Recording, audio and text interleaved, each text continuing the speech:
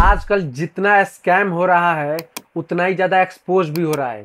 फिर भी पता नहीं ठगने वाले नया नया तरीके से कैसे न कैसे करके ठग ही लेते हैं। मैंने भी काफी सारी वीडियो बनाया, एक्सपोज किया कंसल्टेंसीज को और तरीके बताए काफी सारे कि ऐसे होता है अगर आपके साथ, तो आप समझ जाओ कि आपके साथ स्कैम हो रहा है। ऐसे हो रहा है तो आपके साथ समझ जाओ कि आपके साथ सही में जेन्युइनली काम हो रहा है। फिर भी पता नहीं यार, लोग करते जा रहे हैं और काटने वाले काटते जा रहे हैं। और ज्यादातर करके भाई टारगेट बिहार के ही लोग होते हैं। बिहार के जो लड़के होते हैं मिडिल क्लास फैमिली से जो होते हैं वही टारगेट होते हैं। उसके बाद यूपी, झारखंड वगैरह और राजस्थान तरफ से ये सब होते हैं। बट ज्यादातर करके बिहार में पटना साइड, ये सब साइड के ज्यादा लोग स्कैम में पड़ते हैं। ऐसे ही मेरे किसी भाई के साथ स्कैम हुआ है, उसके जुबान से सुनते हैं हम लोग कि उसके साथ फ्रॉड हुआ है कि क्या हुआ है। वो भी यूरोप का काम कराने के लिए चंडीगढ़ गया था किसी कंसल्टेंसी में। अब उसके साथ हो चुका है, वो पैसा पे कर चुका है, कितना किया है क्या किया है उसी से बात करके हम लोग पूछते हैं। और आप लोग भी देखिए कि कैसे कंसल्टेंसी वाले किस तरीके से बात करके कितना पैसा मांगते हैं, कैसे मांगते हैं। पहले तो बोलते हैं कि पैसा ही नहीं चाहिए और धीरे धीरे करते करते कितना पैसा निकाल लेते हैं आपको भी पता लगेगा। तो उस बंदे के पास हम लोग करते हैं कॉल और आप सभी को दिखाता हूँ कि हाँ कैसे उसके साथ क्या हुआ है। हेलो हेलो जी भाई, बोलिए। आवाज नहीं आ रही भाई, अभी आ कैसे रही? हो? जी बहुत अच्छे, आप बताओ। तो तो भाई लोग, मैं इनसे अभी पूछने जा रहा हूँ कि इनके साथ क्या हुआ। इन्हीं के जुबान से हम पूछेंगे। क्यों कुछ भी मैं अपने तरफ से ऐड नहीं करूंगा, क्योंकि मेरे साथ वैसे भी बहुत सारे मेरे पीछे लोग पड़े हुए हैं। तो भाई जी भाई। अपना नाम बताइए और कहाँ से हो, अपना पता बताइए। मैं भाई मैं यूपी से हूँ, उत्तर प्रदेश से बिलोंग करता हूँ मैं। और मेरा नाम वली मोहम्मद है। और फिर मैं से भी बोलिए भाई, आपका डिस्कनेक्ट हो गया था, फिर से बोलो भाई। अ, मैं एक्चुअली मैं मेरा नाम वली मोहम्मद है और मैं यहाँ से डिस्ट्रिक्ट बहराइच से बिलोंग करता हूँ, यूपी से। अच्छा अच्छा। जी मैं जी। तो तो सर मेरे भाई साथ आपके साथ, हाँ बोलो बोलिए बोलो। सर, आप क्या बोल रहे हैं? तो भाई आपके साथ कैसे हुआ, क्या हुआ, आप बताओ। कैसे आपके पास कॉल आया, कहाँ से आपने की, आपने कॉल किया कि किसी के थ्रू कॉल आया, कहाँ पे नहीं आपने नहीं, देखा, एक्चुअली क्या मुझे चीज देखा, आप कॉल बताओ। कुछ नहीं हुआ था। मैं वैसे इंस्टाग्राम चला रहा था, तो मुझे बाहर जाने का मतलब सोच लिया था कि मुझे बाहर जाना है, विदेश जाना है। तो ये सोच के मैं ऐसे चला रहा अच्छा। था इंस्टाग्राम पे, मुझे एक एड दिखा था। और उस एड हम्म। में मुझे लिखा था कि आपका ऑस्ट्रेलिया का वीजा या अदर कंट्री का कई सारी थी। तो उसमें इनका नंबर मेंशन था, तो मैंने नंबर पे कॉल किया, उनसे पूछा कि मुझे बाहर जाना है, किस कंट्री कॉल में आप कौन भेज सकते उठाया? हो। एक भाई भाई वली भाई, जी आराम भाई। आराम से बोलो। कॉल कौन उठाया, नाम क्या बताया? नाम उनका सोनिया था। और उन्होंने बताया कि मैं चंडीगढ़ से बात कर रही हूँ, सीपी ओवरसीज उनके कंपनी का नाम था। ठीक है। अच्छा। जब मैंने सीपी कॉल किया था ओवरसीज। तो हाँ, सीपी ओवरसीज ऐसे कुछ नाम है उनके कंपनी का। और उनका अच्छा। नाम, जिनसे मेरी बात हो रही थी, उनका नाम सोनिया था। तो उनसे मेरी बातचीत अच्छा। हुई और मैंने उनसे पूछा कि मैं जब बाहर जाना चाहता हूँ तो क्या क्या डॉक्यूमेंटेशन लगेंगे और क्या क्या खर्चे लगेंगे। तो उन्होंने मुझे बताया कि देखिए, आपका अगर आप बाहर जाना चाहते हो तो उसमें आपका पहले कोई खर्च भी नहीं लगेगा। और आगे जो जो पहले आपको अपना वो देना होगा, पासपोर्ट देना होगा। पासपोर्ट देने के बाद अच्छा, एक सेकेंड। उन्होंने जी बोला था कि आपका एक भी खर्च नहीं लगेगा। हाँ, उन्होंने बोला उसमें आपको पहले कोई एक भी रुपए आप का लोग सुन खर्चा सकते नहीं हैं, एक लगना। सेकंड एक सेकंड वली भाई, एक सेकंड। आप लोग जी सुन सकते हो कि कैसे मैं वीडियो में पहले भी बोला हूं कि कोई भी स्कैम का शुरुआत ऐसे ही होता है कि आपका एक भी पैसा नहीं लगेगा। बट भाई आप लोग खुद सोच सकते हो कि जो भी कंसल्टेंसी खोल के बैठा है, लाखों पैसे पे कर रहा है, वो बिना पैसे लिए कैसे काम करेगा? देखो, पैसे लेके भी फ्रॉड होता है और बगैर पैसे का भी फ्रॉड होता है, जो कि ये भाई बताएंगे कि इनके साथ कैसे हुआ कि पैसे नहीं चाहिए, ऐसे ही आ जाओ, और फिर कैसे फ्रॉड हुआ आप आगे सुनते हैं। अब बताइए भाई। हाँ। तो उन्होंने मुझसे बताया कि आपका एक भी रुपया नहीं लगेगा। और उसमें पहले आपको सिर्फ पासपोर्ट भेजना होगा। पासपोर्ट के बाद में मैं बताऊंगी कि आप एलिजिबल हैं या जा सकते हैं, कहाँ आपका वीजा लग सकता है। तो आप मुझे पहले पासपोर्ट का फोटो भेजिए, आधार कार्ड भेजिए और पैन कार्ड, ये सब मांगे कि अपना डॉक्यूमेंट्स मुझे भेजिए। तो मैंने व्हाट्सएप पे भेजा भी, तो उन्होंने चेक अच्छा। किया तो बोले कि नहीं, पहले आपको यहाँ आना पड़ेगा, मतलब चंडीगढ़ एक बार विजिट करना पड़ेगा। और यहाँ आने के बाद ही आपको मतलब आपका जो प्रोसेस है वो आगे होगा। तो हमने बोला ठीक है, कब तक आ सकते हैं? तो उन्होंने बोला कि आ जाइए जब आपके पास टाइम हो। तो मैंने उनसे 2-3 दिन का शायद टाइम लिया। तो टाइम लेने के बाद मैं गया उनके टाइम पे, जब उन्होंने बुलाया तो मैं गया था अच्छा वहां एक पे। सेकंड वली भाई, एक सेकंड। जी अच्छा जब जी उन्होंने बोला कि पहले आप अपने डॉक्यूमेंट भेजिए, मैं चेक करके बताती हूँ कि एलिजिबल हो कि नहीं, तो उन्होंने बता दिया हाँ कि एलिजिबल हो।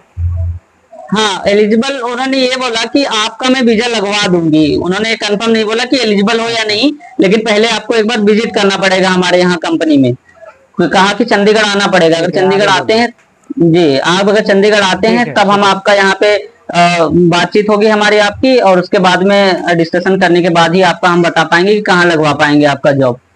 तो हम बोले ठीक है, फिर हम आते ठीक है हैं। तो हम बोलिए। जी फिर हम वहां पे गए, उनके बोलिए। उनके वहां पे जब हम गए तो वो जिनसे हमारी बात हो रही थी वो हमको नहीं मिले। उन्होंने एक बोला कि अच्छा ऑफिस का एड्रेस दिया। सोनिया जी। जी अच्छा सोनिया जी हमको सोनिया मिली जिनका नहीं। नाम था, जिन मैं जैसे पूछ रहा हूँ उसे आप बताना, ठीक है, ताकि ऑडियंस को ये अच्छे से बात पता लगे। जिनसे हाँ आपका बात हुआ था वो आपको ना मिली, उधर नहीं मिली है ना? हाँ, वहां नहीं मिली। जाने से पहले आपने उनको बोला था कि हम आ रहे हैं? हमने बोला था, उन्होंने बोला कि हाँ हम ऑफिस में ही हैं, आप आइए। और यहाँ पे अपना हम्म, एड्रेस दिया कि यहाँ पे आइए, यहीं पे आपको किसी सर से बोले उनसे मिलवाएंगे, आपको उनसे बात करना होगा आपको। एड्रेस, अच्छा एड्रेस पे हाँ जाने के बाद आपको वो मैडम नहीं मिली होंगी? हाँ, एड्रेस पे जाने के श्योर। बाद वो मैडम नहीं मिली। ठीक है। और उन्होंने मुझे बताया कि आप इस लोकेशन जो बताया था उस पे बोले कि इस फ्लैट नंबर 3rd फ्लोर पे शायद उनका ऑफिस है, उस ऑफिस पे बुलाएं कि अंदर आ हम्म। जाओ। और जब मैं अंदर एंट्री किया तो वहां पे मतलब एंट्री करने के लिए भी एंट्री करवाया उन्होंने। एंट्री कंप्लीट हुआ और उसने पूछा कि किसके थ्रू आप आए हैं। तो मैंने बताया कि सोनिया, उन्होंने खुद पूछा कि सोनिया मैम के थ्रू आप आए हैं। तो बोले हाँ हाँ, सोनिया मैम के थ्रू आए हैं, उनसे ही बात हो रही है। तो मैंने फर्स्ट टाइम आ रहे हो? सेकंड? तो मैंने अच्छा फर्स्ट टाइम आ रहा हूँ। तो उन्होंने मतलब पूरी जानकारी हमसे ली और उसके बाद हमारा एंट्री किया उसमें। उसके बाद हमसे वेटिंग में बिठाया कि आप बैठिए और सर आ रहे हैं। उनका जो सर का नाम बताया था, सनी शायद नाम था उन सर का, कि वो सर आ रहे एक हैं। सेकंड वली भाई, एक सेकंड। अच्छा जब आप गए थे, हम्म। ऑफिस में पहुंचे थे, तो ऑफिस में पहुंचने के बाद आपको भाई कैसे पता लगा हुआ? उधर जाने के बाद कुछ महसूस हुआ कि यार मैं आया हूँ, सोनिया से बात करके आया था, तो वो जब हाँ वहां पे नहीं थी या फिर नहीं मिली, तो या फिर उनके बताए बमोजिम, उनके बताया हुआ अनुसार कुछ वहां पे आपको चेंजेस दिखा, या फिर कुछ समझ आया वहां पे जाने के बाद? ये बताइए आप। नहीं, देखिए मैं एकदम फ्रेशर था, मुझे पता नहीं था इस सारी चीजों के बारे में। पहली बार जाने का मेरा प्लान था, इसके बारे में कुछ जानकारी थी नहीं। तो मुझे ये लगा कि हाँ ये ऑफिस का वर्क है, कुछ ना कुछ तो काम हो रहा है। लेकिन वहां पे सेटअप उन लोगों का बहुत अच्छा था। मतलब इस तरीके से उन्होंने सेटअप कर रखा है कि कोई अगर नया बंदा भी हाँ जाता हाँ है तो उसको हाँ। पता नहीं चलेगा कि कैसा है, वो समझेगा एकदम सही है और सब चीज सही चल रहा है। तो मैं वहां गया तो मुझे एक अच्छा कैबिन दिया कि सब कैबिन में बैठिए आराम से, और अभी सर आएंगे। 1 घंटे का टाइम दिया मुझे, 1 घंटा मैंने वेट किया, थोड़ी देर में सर आए। तो हमारी उनसे बातचीत अच्छा। हुई तो उन्होंने कौन हमारी से सोनिया सर मैम। आए, किन से बात हुआ? जी एक उनका नाम था सनी। सनी शायद नाम था, पूरा नाम मुझे पता नहीं, लेकिन उन्होंने सनी बताया कि शनि सर आएंगे, अभी उनसे बात होगी आपकी, और वही सारा चीज अच्छा। आपको बताएंगे। हमसे ये बात बताई गई। तो हम वेट किए। वहां पे हमारा अच्छा एक दोस्त भी था, मतलब चंडीगढ़ में मेरे इधर का एक लड़का रहता था, तो मैंने उसको भी साथ में लेके गया था कि मैं और वो दोनों लोग साथ में गए। तो वहां पे हम जब पहुंचे तो उनसे बात हुई। तो जैसे हमारी इनसे बात हुई थी मैम से पहले कि पेमेंट वेमेंट के बारे में मैंने पूछा था कि पेमेंट बताइए कितना लगेगा और क्या है, तो उस हिसाब से मैं आऊँ वरना मेरा आना बेकार होगा। तो उन्होंने बोला कि आपका जो हमारा कंसल्टेशन फीस होता है वो आपका 2 लाख रुपए लगेगा। और 30,000 रुपए बोले, 30 से 35 हजार आपका उसमें डॉक्यूमेंटेशन में लगेगा, जो भी आप डॉक्यूमेंट्स बनवाएंगे। अच्छा एक या सेकंड, ये 2 लाख रुपए फी किस चीज का बताया उन्होंने? कंसल्टेंसी का फी या क्या हाँ चीज का हाँ, फी? नहीं वही कंसल्टेंसी का फी। अच्छा कंसल्टेंसी का फी 2 लाख रुपए, और उसके बाद हाँ 30,000 रुपए किस चीज का? 30,000 रुपए जो बताए थे वो डॉक्यूमेंटेशन का लगेगा। वो बोले थे कि अगर आप अपने एंड से डॉक्यूमेंट्स बनवा सकते हो तो ये 30-35 हजार जो आपका लगेगा अच्छा ये नहीं लगेगा। अगर आप हमारे एंड से बनवाते हो तो आपको आपको ये रिफंड भी होगा। जैसे मान लीजिए अगर हमारा काम आपका हम नहीं करवा पाते हैं तो ये पैसा रिफंडेबल रहेगा। उन्होंने मुझसे एक एग्रीमेंट भी करवाया, कुछ अपना बताया कि इस पे साइन कर दीजिए जो आप पैसे दे रहे हो।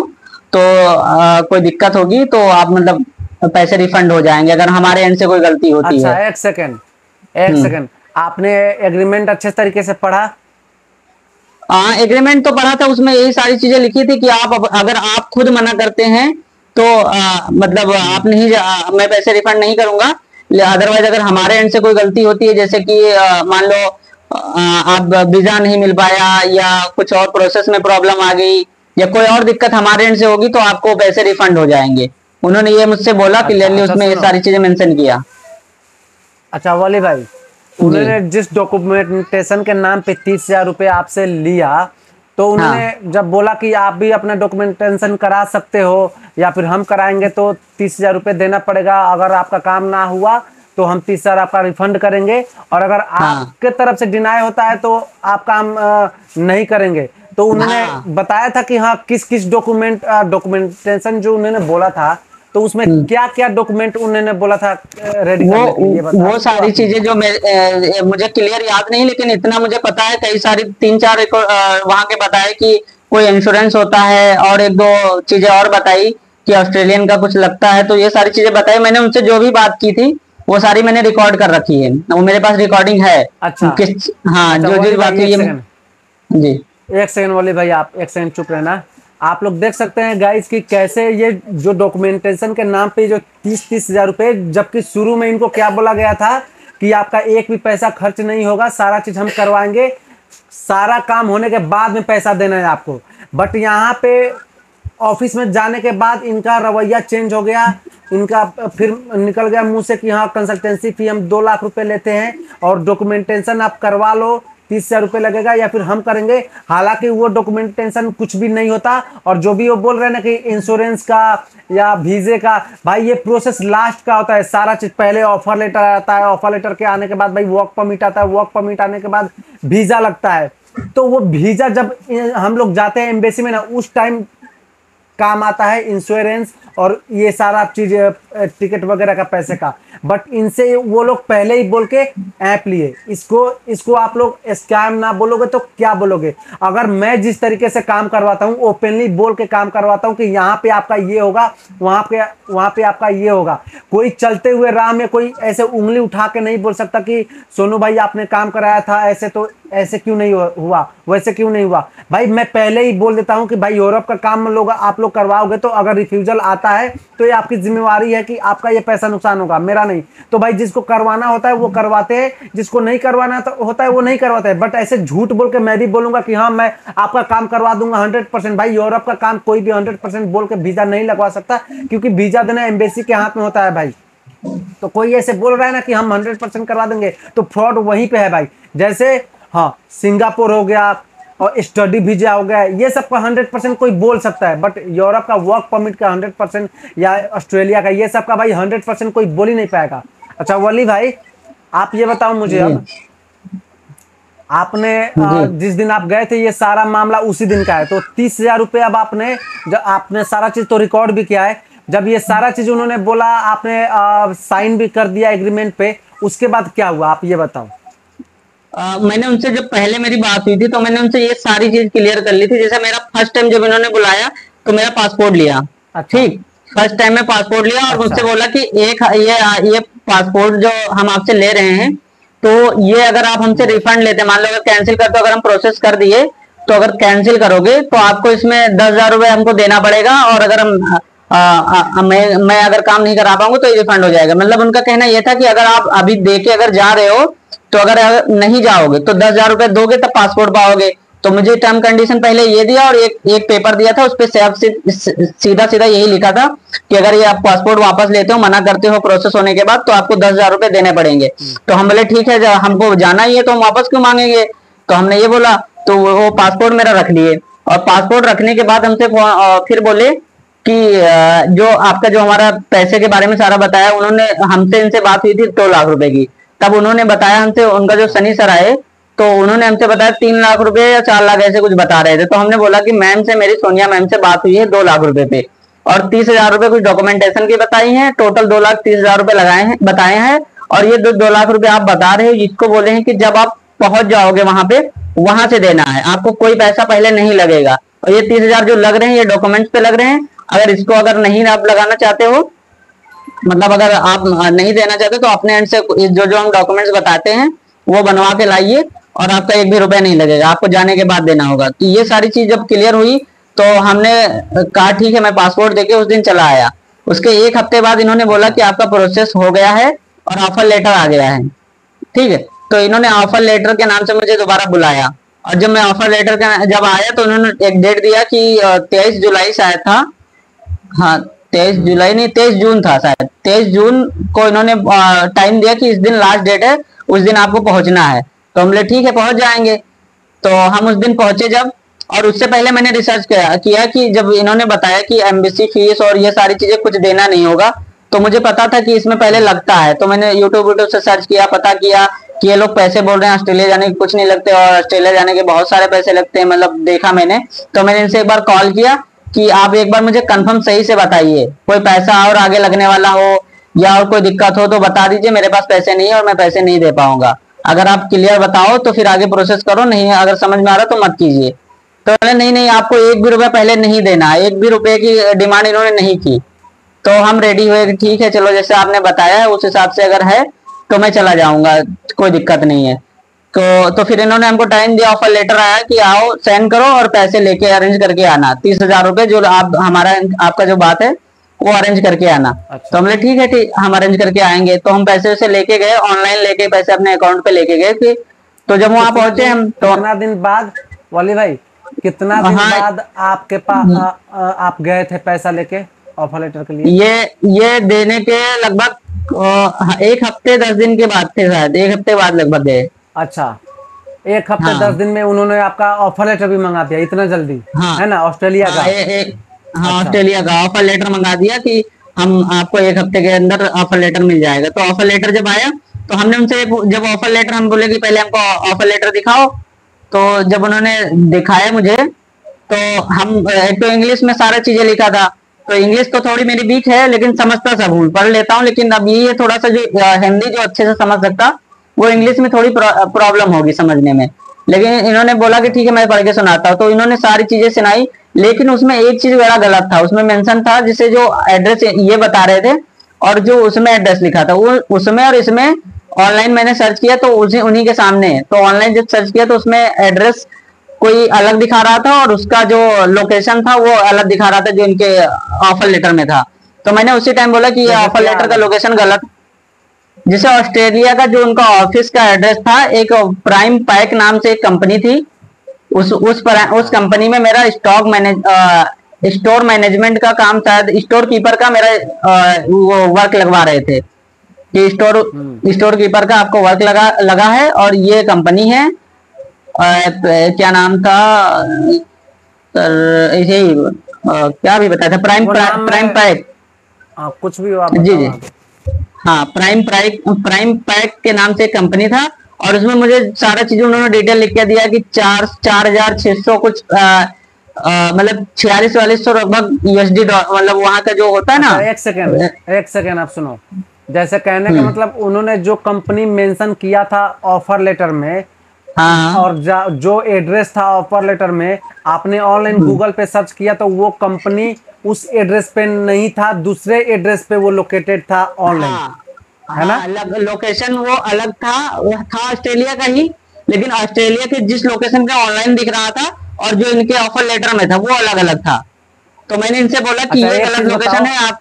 हम्म, हाँ हाँ, फिर क्या हुआ जब आपने बोला? हाँ, जब इनसे बोला कि ये गलत लोकेशन है, तो इन्होंने गारंटी दिया कि उसकी टेंशन मत लीजिए, मैं उसी लोकेशन पे आपको भेजूंगा, उसके लिए टेंशन मत लीजिए।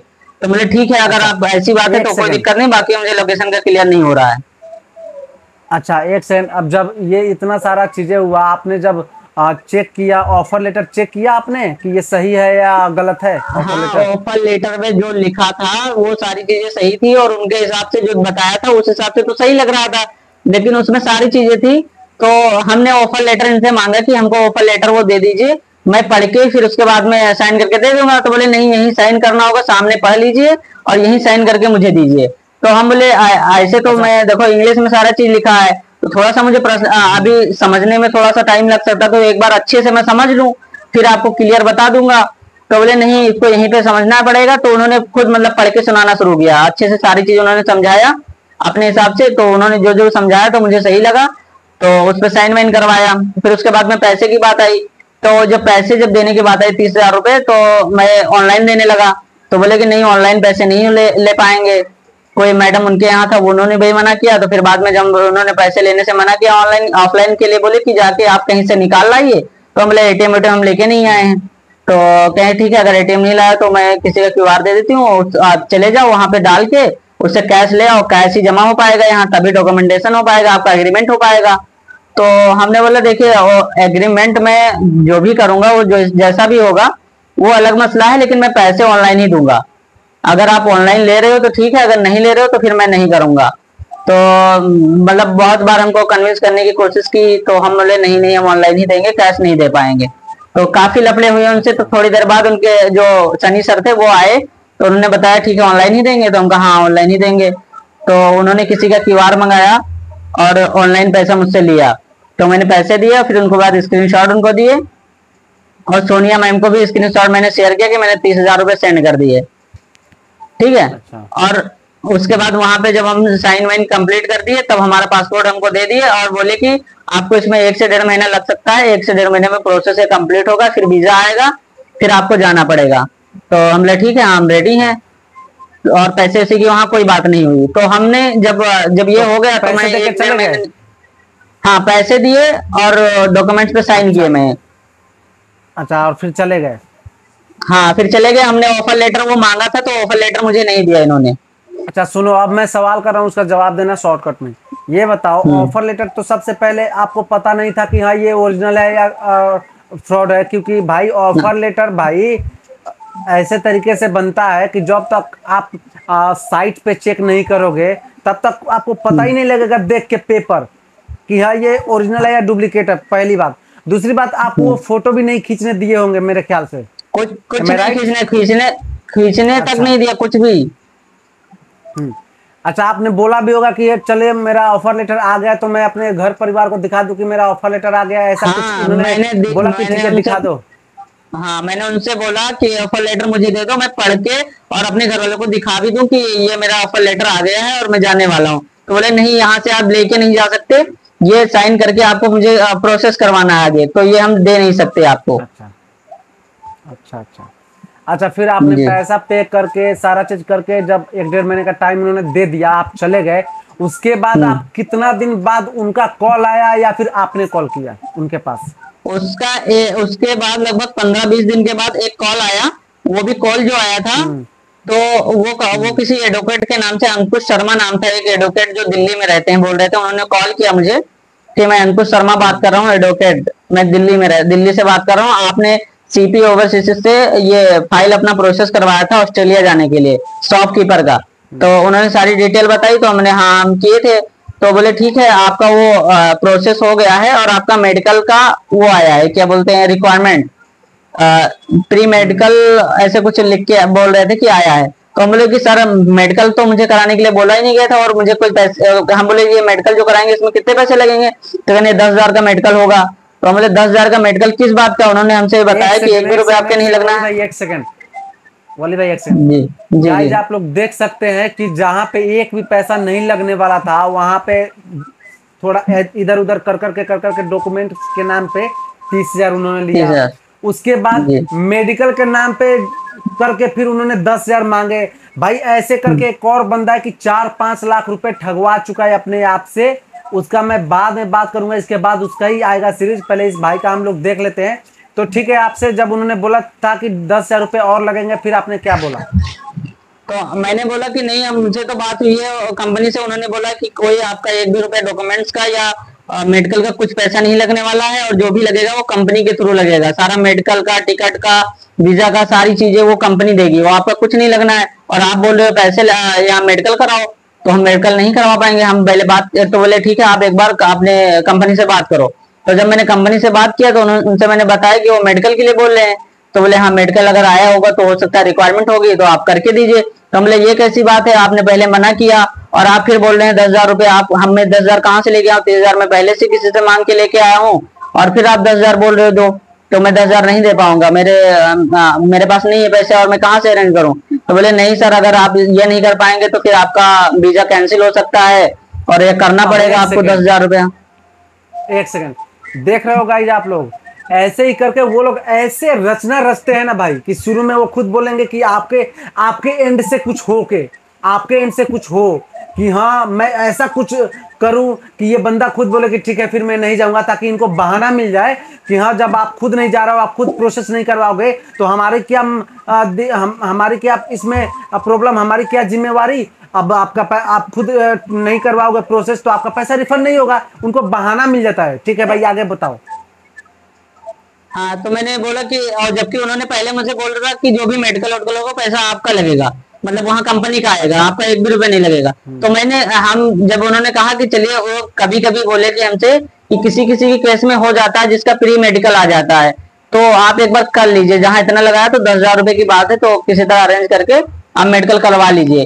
तो हम बोले ठीक है, फिर तब हम बात बात किए घर वालों से, तो मैंने पैसे वैसे अरेंज करके मेडिकल करवाया। तो हम उनसे एक बार फिर से क्लियर किए कि आप पहले मुझे फिर बता दीजिए 10,000 रुपए जो लग रहे हैं, मैं मेडिकल भी करवा लूं, उसके बाद आप फिर बताओगे कि एमबीसी फीस लगेगा, ये लगेगा, वो लगेगा, पैसे बहुत सारे लगेंगे।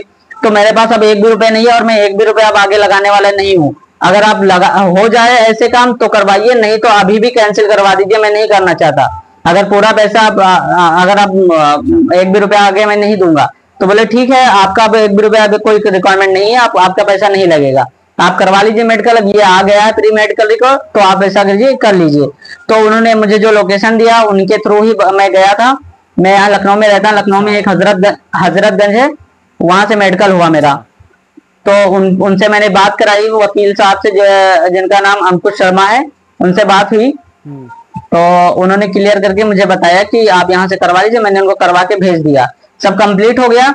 उसके 10-15 दिन तक कोई मैसेज या फोन नहीं आया। फिर मैंने इनको खुद फोन किया एक बार कि मैम अभी तक कोई प्रोसेस नहीं हुआ। और एक सेकंड वली भाई, आप ये बताओ, मेडिकल करवाने गए थे तो 10,000 रुपये आपने किसी को दिए थे मेडिकल के नाम पे, या क्या करवाए थे ये मेरे को बताओ, क्योंकि मेरे को पता है कि भाई मेडिकल के नाम पे वो भी चूना ही लगा होगा, कुछ होता नहीं, मैं एक, हाँ, एक वो भी मेरे पास रसीद भी है जहाँ मैंने किया, और उनको भी मैंने 10,000 रुपए जो दिए वो ऑनलाइन ही दिए। ठीक है, और अच्छा, वो ये एक तो बताओ, मतलब, हाँ, आपका मतलब मेडिकल के नाम पे क्या आपका ब्लड निकाले वो लोग? हाँ, एक मेरा ब्लड सैंपल लिया, मेरी हाइट अच्छा लिया, वेट किया, और मेरी आई का टेस्ट किया, और अच्छा, हाँ, ब्लड लिए, बस यही इतने चीज लिए। और बोले कि आपको टेस्ट 2 का दिन का उन्होंने टाइम, टेस्ट उसका लिया, टेस्ट का ब्लड कुछ टेस्ट हुआ? लिया। टेस्ट मतलब आंखों का टेस्ट किया कि आपको आंख में कोई प्रॉब्लम तो नहीं है, इयरिंग का कोई है, सुनने में कोई प्रॉब्लम तो नहीं है, एंड ब्लड का टेस्ट लिया। और उसके साथ साथ में मेरी हाइट हाइट नापी, और वेट किया, अब एक सारा चीज सेकंड वाली मेंशन भाई, किया। ये जितना चीजें जी, हुआ है ना गाइस, ये जितना चीजें हुआ है ना, ये सारा फेक हुआ है। ये सब ये 10,000 रुपये ऐपने का चक्कर है, ये बस ये 200-300 का 400 का ये काम है, ये 300-400 का काम है। ये ब्लड लिए है, वो कुछ नहीं किए होंगे, ना कहीं पे चेक किए होंगे ना। आपको ये मेडिकल का रिपोर्ट मिला था? हाँ, मिला। 2 दिन बाद बोले थे रिपोर्ट मिलेगा, तो 2 दिन बाद रिपोर्ट मिला। अच्छा तो रिपोर्ट सही था, मैंने चेक किया, बताओ रिपोर्ट सही था। ये, हाँ ठीक है, ये सारा चीज भाई एक पैसे निकालने के और एक ये इनको इनको दिखाना होता है भाई। मैं नहीं बोलूंगा कि ये फ्रॉड है या वो फ्रॉड है, बट जो मैंने भी आजमाया है, मैं भी 3 लड़कों को जो लेके गया था, तो जो मैंने भी चीजें आजमाया उसके बिहार पे मैं बोल रहा हूँ। वो दिखाना चाहते हैं, ये शो करना चाहते हैं कि हाँ जो हम काम कर रहे हैं वो सिस्टम से कर रहे हैं, ताकि दूसरे को शक ना हो। ठीक है, आप उसके बाद जब आपने मेडिकल का सारा चीज कर दिया, फिर उसके बाद क्या हुआ?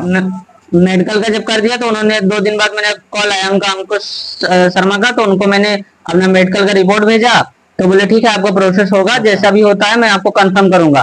तो 10-15 दिन बीत गया, तो उधर से कोई मैसेज या कुछ आया नहीं। तो मैंने उनको एक बार कॉल किया कि अभी तक मैम को, जो सोनिया मैम थे, तो उनके फोन, मेरा कॉलिंग पे पहले लगता था, फिर कॉलिंग का उनका रिचार्ज शायद खत्म या कोई मसला था, तो उनका फोन नहीं लग रहा। अभी भी मैं लगता हूँ तो फोन नहीं लगता उनका, लेकिन व्हाट्सएप कॉल चलता था। तो व्हाट्सएप पे मैंने कॉल किया उनको कि ऐसी सी बात है, और आपने अभी तक कोई प्रोसेस हुआ या नहीं हुआ, कुछ बताएंगे क्लियर। तो बोले ठीक है, अभी हम बात करके आपको बताते हैं। तो उन्होंने बोला कि आपका वो जो फाइल है, फाइल यहाँ से चली गई है, वो अंकुश शर्मा जो है उनके पास ही है, और वो प्रोसेस कर रहे हैं आपका, तो जैसा भी होगा उनके एंड से आपको कॉल आ जाएगा। तो बोले ठीक है, हम वेट कर रहे हैं। फिर उनके बाद में फिर उनका कॉल आया अंकुश शर्मा का, 2-4 दिन 5 दिन बाद शायद। फिर मान के चलो मेरा मेडिकल के 20-25 दिन बाद फोन आया उधर से अच्छा। कि आपका प्रोसेस हो गया है और आपको एम्बेसी फीस कुछ बताए कि इसमें $3100 कुछ जमा करना है आपको। तो $3100 ऑस्ट्रेलियन का, हाँ ऑस्ट्रेलियन या कैसा भी है, $3100 बोले, 3160 या ऐसे कुछ था, उतना डॉलर बोले, 3100 कुछ डॉलर आपको जमा करना होगा, फिर आगे आपका प्रोसेस होगा। तो हम बोले ये पैसे किस चीज के जमा करने हैं? तो बोले ये आपका पहले पैसे जमा होगा फिर आगे प्रोसेस होगा। तो हम बोले ये तो आपसे मैंने पहले ही देख रहे बता हो रखा है, मेरे पास गाइज, एक पैसे सेकंड वाली भाई, देख नहीं। रहे हो जी गाइज, फ्री ऑफ कॉस्ट बोल के 30,000, फिर मेडिकल के नाम पे 10,000, और फिर उसके बाद प्रोसेस करवाने के लिए एम्बेसी के नाम पे कितना, एम्बेसी के नाम एम्बेसी के पे नाम पे वही 3100 $3100, समथिंग ये कुछ करीब डॉलर। 1 लाख, हाँ अब एक बताओ, लाख 70 या अब 71 बताओ हजार ऐसे भाई, कुछ बता रहे थे एक बन। सेकंड वाली भाई, एक सेकंड वाली भाई, अब बताओ भाई, ये चीजें जब मैं ये सवाल करना चाहता हूं सारे कंसल्टेंसी वालों को, सारे तो ना भाई जो जेन्युइन है वो तो बताते हैं, जब इनको सही में किसी का प्रोसेस करना था तो वो पहले ही बोलते कि भाई, पहले ही फ्री ऑफ कॉस्ट क्यों बोला, पहले ही बोलते कि भाई 30,000 डॉक्यूमेंटेशन का लगेगा, 10,000 मेडिकल का लगेगा, $3100 लगेगा एम्बेसी फी, पहले ही क्यों नहीं बोला इन लोगों ने? और भाई मैंने जो ये इसके खिलाफ ना 3100 इतना आवाज उठाओ ना आप लोग, इतना इस वीडियो को शेयर करना, इतना इसके खिलाफ आवाज उठाओ, ताकि ऐसे ऐसे जितने भी ठगड़े बैठे हुए हैं ना, सारे का धंधा बंद हो और ये सारे जेल में जाए। इनको भाई माफ करने से भी कुछ नहीं होगा, इनको बस ऐसे छोड़ देने से ना ये सारे लोगों को खोखला कर देंगे, जितने भी, अक्सर ये ज्यादातर करके बिहारियों को टारगेट करते हैं, जो दूर से हैं, जो दूर से आके कुछ कर नहीं पाएंगे, और भाई जाओगे ना वहां पे तो मारने पीटने की धमकी भी देते हैं। तो भाई मैं सरकार से भी दरख्वास्त करता हूं कि इनके ऊपर कड़ी से कड़ी भाई कार्रवाई करो और इनको सजा दिलाओ, ठीक है वली भाई। इसके बाद जब उन्होंने आपको बोला कि इतना पैसा लगेगा, तो शॉर्टकट में अपने बताना क्योंकि टाइम बहुत हो चुका है, तो आपने उसके बाद क्या रिएक्शन दिया इनको?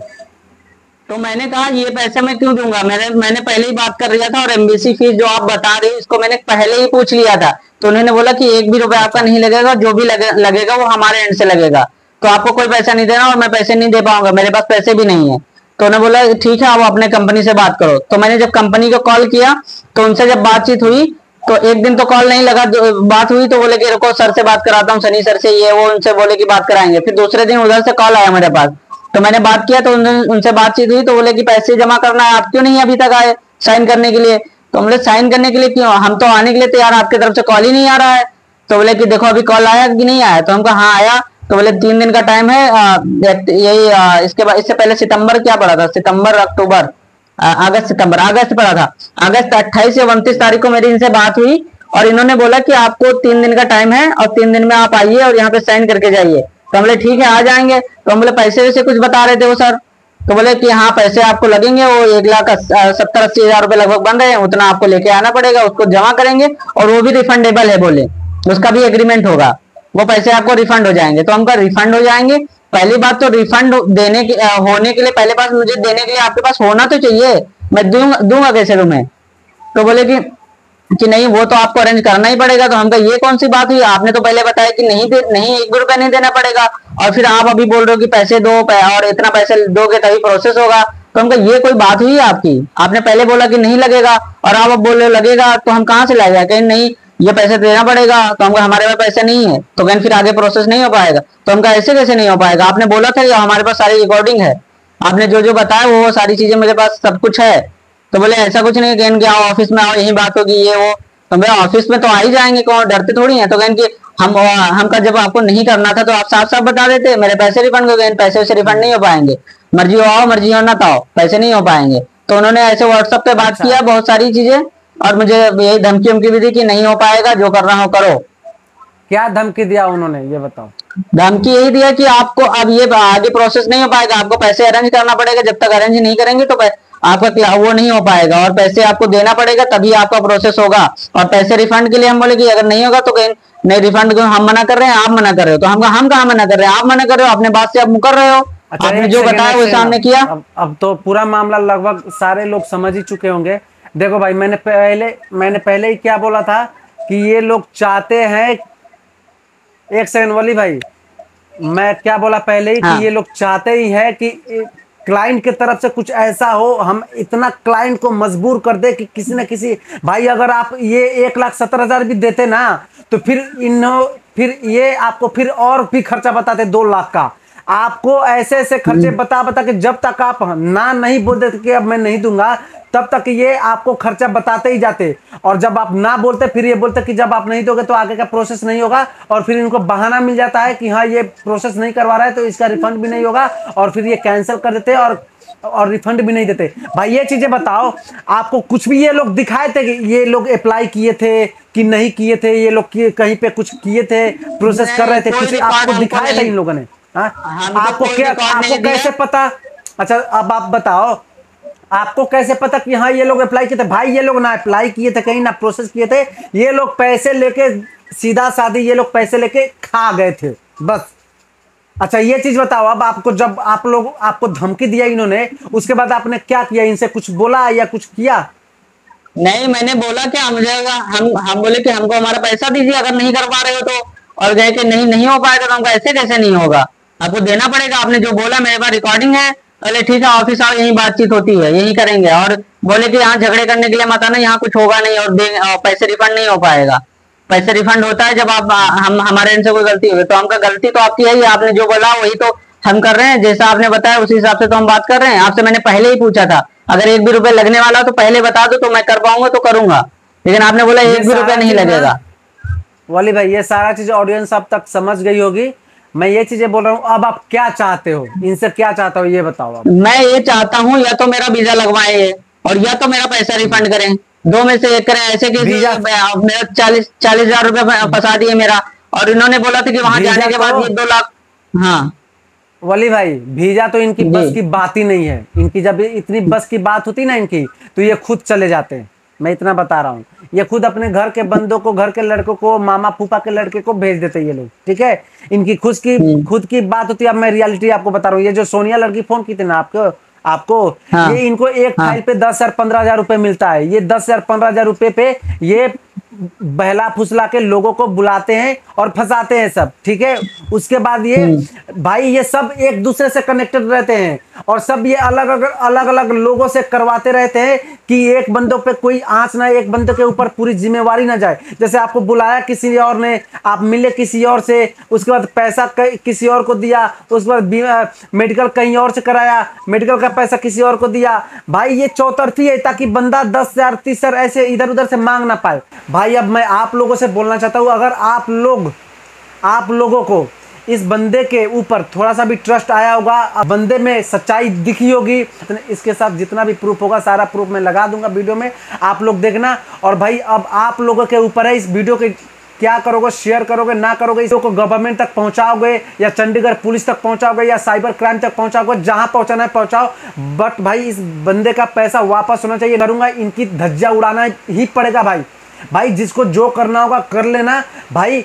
आज मरना ही है, कल मरना ही है, ठीक है। मरने से डरोगे ना तो और ये लोग दबाएंगे और लूटते रहेंगे। ये लोग जाओगे उधर पैसा मांगने तो और मारने को पीटने को धमकी देते हैं। तो भाई सरकार इसमें क्या कर रही है, पुलिस वहां की क्या करे कि इतना ओपन खुलेआम ये लोगों को लूटते हैं। तो भाई आप लोग ध्यान दो, वरना ना भाई इसके खिलाफ भी एक दिन बड़ा इंकलाब छिड़ेगा। और आप लोग ध्यान नहीं दोगे तो आप सबका, चंडीगढ़ पुलिस का, चंडीगढ़ क्राइम ब्रांच का, चंडीगढ़ गवर्नमेंट का, सबका इसमें धज्जियां उड़ेगा। और सब भाई नाम लेते भी अक्सर, सारे बोलते भी है कि सारे पुलिस से मिलके ही करते हैं ये सारे चीज।